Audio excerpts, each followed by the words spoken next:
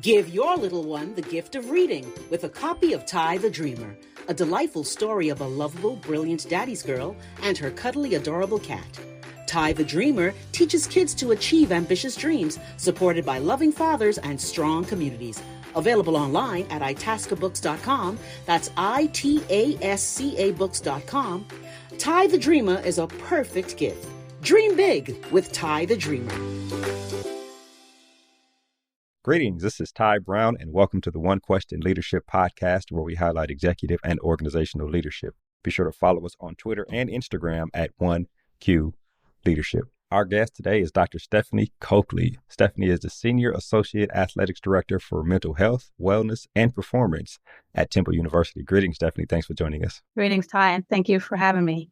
Yes, ma'am.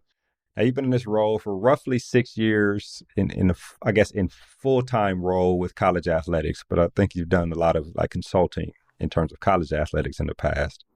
You're a certified mental health performance consultant, licensed professional counselor. You have experience with mental performance and extensive work with veterans. You've worked with the NFL, the Philadelphia Eagles specifically. You've done some work with the NBA Draft Combine and have worked with Olympic athletes. And you've been in counseling and sports performance for roughly 20 years. So you have a wealth of experience across a number of different industries and venues with athletes, with veterans. And a lot of those things are kind of what I want to talk to you about today. The first question I guess I'll ask you, though, is if somebody were to ask you what it is you do, how would you describe the role you play, I guess, within the world? Well, okay. Well, that's a good question, Ty. I explain that I help people master the mental and emotional aspects of performing consistently at a high level. Okay. That is my spiel. But if you ask me what I do at Temple, I'm the Senior Associate Athletic Director. I'm responsible for the mental health and well-being of about 550-ish student athletes. And that's what I do. Okay. My role is to help people master the mental and emotional aspects of performing at a high level consistently. Master the mental and emotional aspects of performing at a high level consistently. And that is just existing as a human, whether it be in sports, whatever it is. Absolutely. I'm going to say that one more time to make sure I got it. Actually, if you tell me one more time. I help people learn to master the mental and emotional aspects of performing consistently at a high level. Yeah, I like that. It sounds like a purpose for being, right? Yeah. Yeah, absolutely. Which is excellent. So over the past few years, really throughout time, but specifically in the past few years, there's this overlap between mental performance, mental health, and what student athletes do, or people who participate in sports. And I wonder about that overlap when you were working with people in the military. Right? Was it the same type of thing, I guess, tying back to the purpose you just told us, or did it differ because military is a bit different in terms of what they have to do? Absolutely. When I worked with the military, the purpose was to help soldiers master the mental and emotional aspects of performing at a high level. Mm-hmm. And there was no crossover for me in that role. I was purely a performance expert. Actually, my title there was Master Resilience Trainer / Performance Expert. And it was all things performance, helping soldiers manage their attention, manage their emotions, manage their thoughts, just manage and master those processes so that they could do what they have been trained to do and return safely with few or no casualties. Military is interesting because a lot of veterans don't like to cross into the mental health part of their role because it can affect their ability, A, to perform, but B, to continue being in the active in the military. I wonder about, did you ever see the back end? Like you help them so that they can go out and perform, they come see you and they go out and execute at a high level. Did you ever see them later? Because there's always this follow-up aspect, but I guess if that wasn't your role, it's not necessarily a role you played then, right? It was rare that I saw a soldier or a unit later. So we prepare them mentally. You know, we coach or train the mental skills pre-deployment or pre whatever they were getting ready to do. And it was rare that we would see them on the back end. But I was one of the few, the first sets of people to do this in the military. And now they have changed it where the model is more you're embedded, just like I'm embedded in the athletic department now. So now the model is where you would prepare them before deployment, and then you would see them when they came back. But when I worked with the military, it was not like that. Yeah, they probably, I know in the past, the military probably didn't even acknowledge when they came back, right? And what they were dealing with. It's interesting. So I guess the biggest difference here is you're embedded, right? And so you see the athletes when they come in there's actually a whole bunch of analogies here, right? When they come in as a freshman, right? So actually college athlete, you see them before practice, after practice, before game, after game, and then as they go on into transitioning to not particularly being a student athlete anymore. So there's a whole lot of entrance and exit outcomes that you're helping them to evaluate amongst themselves. Talk a little bit about that in terms of the 6 years you've been in college athletics. Well, so it's lovely to be able to be in that full cycle with a person. And when we talk about student athlete, they are more than a student athlete. And so I definitely try to encourage them to embrace that kind of notion. But then this whole cycle, before they're a student, I see them, I see what level of confidence they come in with, what level of anxiety they come in with.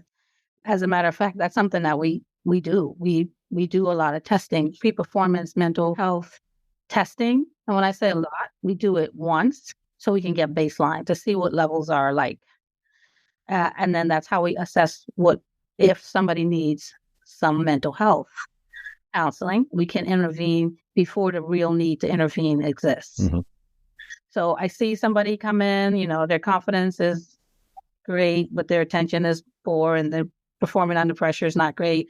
And then we're able to use that to launch into like the coaching. Right. I do that with teams. I do that with individuals. And then, I'm constantly assessing like that. That's how we get better. So we'll do at the end of the semester, at the end of the season. As a matter of fact, today is the last day of the semester. So tomorrow we will send out our end of year or end of semester. Actually, we do it every semester, end of semester evaluations for any student athlete who has come for mental health services. But one of the things that we're going to add this year is we are going to assess those who didn't come to find out what the barriers are, if there are things that we are missing, because we always just ask the people who come, but we're not getting all the information if we really want to improve. So you'll sit down with every student athlete? I wish. No. We send out a link. Oh, okay. The pre-participation mental health screener is a 24-question survey, and it addresses about 14 different mental health concerns: sleep, anxiety, depression, dissociation, mania, things like that, substance, eating, and then we get that baseline. So, and then that follows, like I said, we do that every year. So even if you came in as a freshman, you were fine, no concerns. You do it a sophomore year. If you're fine, no concerns, keep it going. But let's just say junior year, you come in and your sleep is poor, your connections are poor, your anxiety is increased, your depression is increased. Now something's changed from the beginning of sophomore year to beginning of junior year that we can pinpoint. Yeah, let's lean into what changed here. So, but in terms of the exit, this being the last day of the semester, you guys will survey everyone, and including in that survey will be, how come you didn't use our services? We will survey everybody, and this one is only like 5 or 6 questions. What was your experience like? How are your symptoms? Whatever you came to get mental health counseling for, how are your symptoms? Have they improved? How often were you coming? How is the environment? You didn't want to find out like what your experience was like here, and if you need, and whether or not, like, are you terminating or will you continue? Right. Okay. That's excellent. Now there's this aspect of I think you mentioned in my mind, people who don't use the services, right? So then, you don't want to probe or you don't want to chase anybody down, but how do you figure out if someone was hesitant and probably needed the services, or is there a way to do that? So we will send an email to everybody asking them for information to help us to get better so we can serve student athletes at an even higher level. Some people will respond and they will say, I'm thinking that they might say, well, I don't want to go there because it's my coach will find out. Oh, okay. And then if that's the case, which is not true, right? But if that's the case, then we can start doing some education about confidentiality and what it means to be able to come to a safe space and have conversations with a clinician and with whom that information is. I think that's excellent. Thinking about your experience in sports psychology and counseling and performance, I wonder, now you have a trained eye, but I guess a coach with some experience would have some semblance of a trained eye in terms of knowing if something is wrong with one of their players.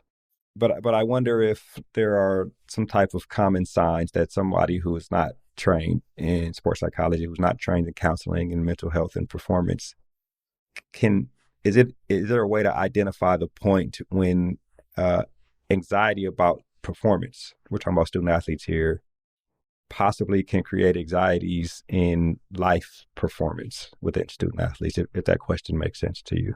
Yeah, absolutely. I mean, there are indicators that the anxiety is preventing a student athlete from doing something at the levels at which they were previously doing it. So we use a continuum of wellness. So I do a lot of education as a clinician. And so I have this continuum, and on the continuum, it indicates things like changes in mood, changes in behavior, changes in thoughts. So a coach might see a change in behavior, somebody who's usually bubbly or engaging with their teammates, who is no longer doing that. Or when you talk about anxiety, they might observe the student athlete pacing a lot. And that's just not something they noticed before. Right. Or they might actually, their thoughts, they might even say like, I'm so scared. I'm so nervous. I'm so nervous. I'm so nervous. I'm so nervous. I don't know what happened. I was so nervous before that would be an indicator. If they're saying it, there it is. Not hard. And then, so we talked about mood, we talked about behavior, and we talked about thoughts. So there are indicators, and those are the three places it'll show up: behavior, mood, and thoughts. Right. And thoughts. Yeah, that's interesting. And you have created an educational apparatus so that staff, other student athletes, and coaches know how to look for those types of indicators. Absolutely. And then on the continuum, it says for somebody who may benefit but not necessarily need mental health counseling because their symptoms are not extensive for a long time. The operative word is occasionally. But for the other parts of the continuum, it's persistent and extreme. So when you see something persistently happening, there's an issue. Or certainly extreme, there's an issue. Yeah. Yeah, that's interesting. And you'll have to forgive me, but I call it an apparatus, but the educational apparatus that you have to have is, well, two questions. Is that something that you implemented in the 6 years that you've been at Temple? And then also, how does it work? Are you having seminars for coaches and staff, or how does that aspect work? I'm glad you asked. The answer to the question is yes. Okay. The continuum of wellness is something that I created, and really and truly, it's a continuum with some emojis. Okay. So it's nothing too high tech, but it speaks the language of today's youth, emojis. And under the emojis are the indicators. So occasional sleeplessness, occasional procrastination, occasional isolation, occasional. And then under somebody who is having some clinical symptoms, persistent feelings of hopelessness and helplessness, persistent insomnia, persistent anger or irritability, persistent. And then similarly for extreme. And so I created that. That's something that is in our training rooms and our academic center, and it's on Teamworks. Every month since I started the job, I do a session for coaches called WISE. So Temple's mascot is the owl. So we'll take on that, and it stands for Wellness and Sport and Education. So these WISE sessions are only for coaches and administrators to give them some tools, to give them some language, to give them some insight about mental health, because we all have different, unless you're trained, we have all these different myths and beliefs about mental health that more often than not don't help. So I want to put our coaches and administrators in a place of knowledge and understanding about the issues, and also recognizing that because if somebody has a mental health issue, if they're diagnosed with depression or anxiety or a disordered eating, does not have to be permanent. People live every single day in the United States, all over the world, who are clinically diagnosed with a mental health condition, who are being treated, and who are fine, who are functioning in their roles. So just giving coaches some of that insight, coaches and administrators. One of the things that we're doing this summer, I'm very excited to say that all of our coaches and all our staff is getting mental health first aid training, which is pretty extensive training. And prior to this, every year, folks got QPR training, which was suicide intervention training, helping people learn how to ask the question to get people help that they need. Mental health first aid is about more than suicide, and it's about being good listeners.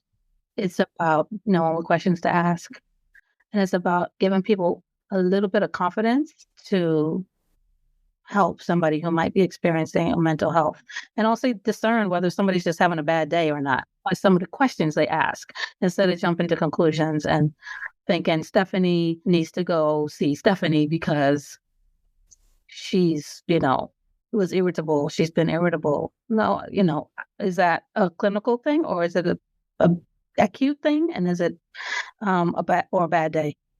Yeah, I think that's excellent. Tell me what Y stands for again. Wellness and Sport and Education. Wellness and Sport and Education. So I imagine with this WISE system framework that you are creating a common language, right? Which is how you develop a culture, right? Create a common language, which is a culture for understanding how to identify if something is happening with someone, and all the coaches and administrators are on the same page with that. Are these monthly educational sessions, are they mandatory, or how do people show up to them? Is that something that's a great question? Yeah. They are not mandatory. So mental health first aid is mandatory. Okay. The QPR trainings that we did, the suicide intervention, those were mandatory. But the monthly ones, we do 8 a year. Those are not mandatory. Coaches show up to them. They're all invited to them. They all know they're the second Tuesday of every month at 11 o'clock. That's when they are. Mm-hmm. And based on a coach's schedule, practice schedule, training schedule, competition and all that, they show up. Since COVID, we've been recording them. Mm-hmm. So we have a database, if you will, of all the WISE sessions. So obviously it's better to be in person, because then you can ask the questions that you need further clarification on. It's also great because you can hear what your peers, your peers in coaching are experiencing. When you think, oh man, I had this one student athlete, and oh man, I was really concerned about him or her, and I was up all night worrying.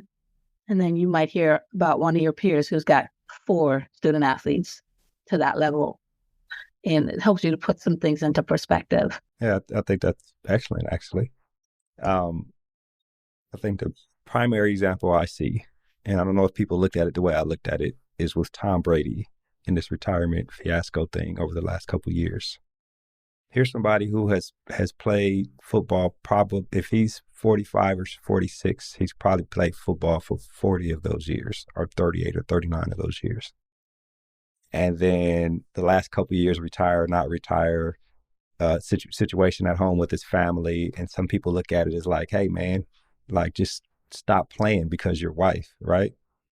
I don't know all the personal things that are going on, my perspective is like, I've been doing this for 39 of 46 years, and I'm supposed to just stop. And I haven't heard anybody talk about the aspect of transitioning for Tom Brady, who's been doing it more than probably 90-something% of his life, right? And so and at a high level, right? Still doing it at a high level. So to just give it up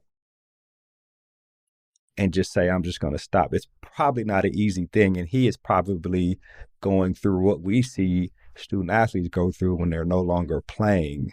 And I bring that up to say is that separation of a person from an athlete should probably be taught when we're younger, so that when it occurs, it'll probably still be a traumatic situation, but it may not hit as hard.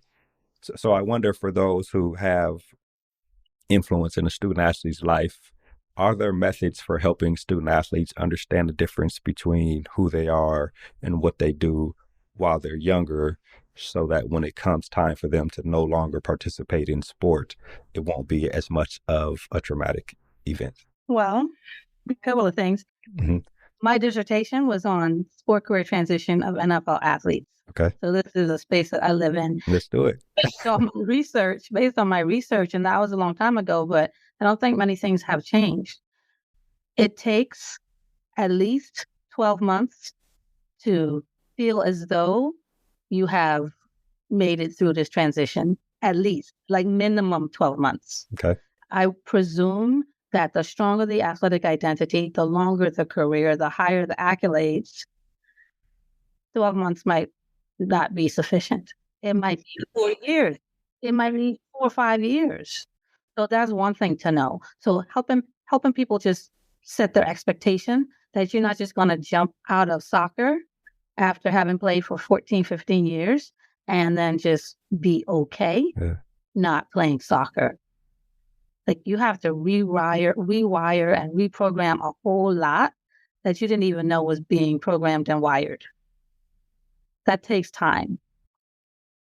The other thing about career transitions that help to minimize that window of time is preparing for it in advance. Taking time to acquaint yourself with other aspects of your identity, and not just acquaint yourself, but develop other parts of your identity. There are, one of my favorite basketball players, Wayman Tisdale, back in the day. Like, he was a elite basketball player, but he was also an elite musician. Should he not have basketball, he had something else equally as fulfilling, equally as, you have to spend time to be able to be a musician at that level, to be a recording artist. That's what he was. So he had more parts of his identity that were fully formed. Should you have to retire, or which every athlete on the planet, regardless of who you are, you will have to retire. You can do that on your own accord, but oftentimes it happens not on your own accord. You get cut, you become injured.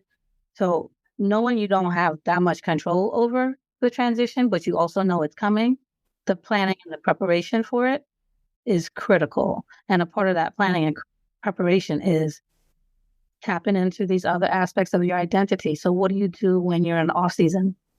Are you just sport your whole time? Or that might be a good time to tap into, my artist side, or my writing side, or my cooking side, or my whatever side you have. So those are two things.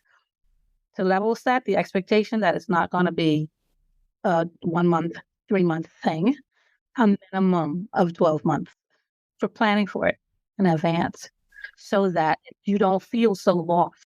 Right, when it happens.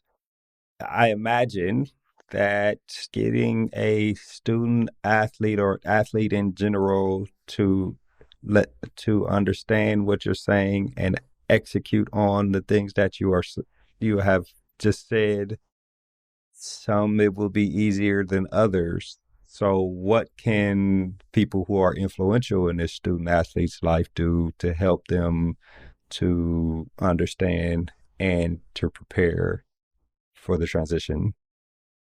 I think start having some of the conversations. Okay. So some of the conversations I have are student athletes want to know, like, how am I going to stay fit while only training maybe 1 hour a day? So I said, well, what would you have done what would you have tried to do if you weren't required to do strength and conditioning the way you were required to do it? And then they say stuff like, oh, Pilates or Muay Thai or, like whatever they say. We start talking about, okay, where are those things near you? Let's go get a trial of, go to a Rumble, a boxing gym, or go to the Pilates studio, or you want to do CrossFit, or like you want to start cycling, sign up for a run. Like, what are some things that you can do to still maintain your fitness? Because at the end of the day, you don't have to train like an athlete to be fit. Yeah, which is excellent. Yeah, so that's one thing, to take care of the physical activity piece of it. Then I also say, well, if you didn't have to do 20 hours of your sport while you were a student at Temple, what might you have done? Oh, I would have joined the gardening club, or I would have pledged a fraternity or sorority. Like I would have, okay. There are grad chapters to these things. Like, making a plan, let's talk about it, because it's coming. There's no athlete who doesn't not retire. You can come in and out of it as many times as you want, but at some point, it's going to be a real thing. So have some of those conversations, and then when people are able to be fully, like I use the word tap in, but when they're able to access and develop other parts of their identity, they're happier. They perform well. They perform very well, because when we can't do something, we feel resentment. Right. Which could interfere in our performance. And so just figuring out how to manage all of that, because when you do retire, then you have the stuff you've been working on. Yeah, I think it's interesting, and I think it is helpful that you say, people, the people who have influence in these student athletes' life, to start having these conversations about who else are you, right? You're not just this athlete, tell me who you are versus what you do type situation. Before we wrap on that topic, I started off talking about Tom Brady and, playing football for 40 out of 46 years or however long he's done it, and then doing it at a high level and the difficult of transition. Do you have any thoughts about that? I guess without getting into the personal aspect of whatever that publicly is going on with his career. I think that he's done a really great job of putting in place the systems that allowed him to have such a long and successful career. And it takes time to set that up post-career. And it just happened for real again a few months ago. Yeah.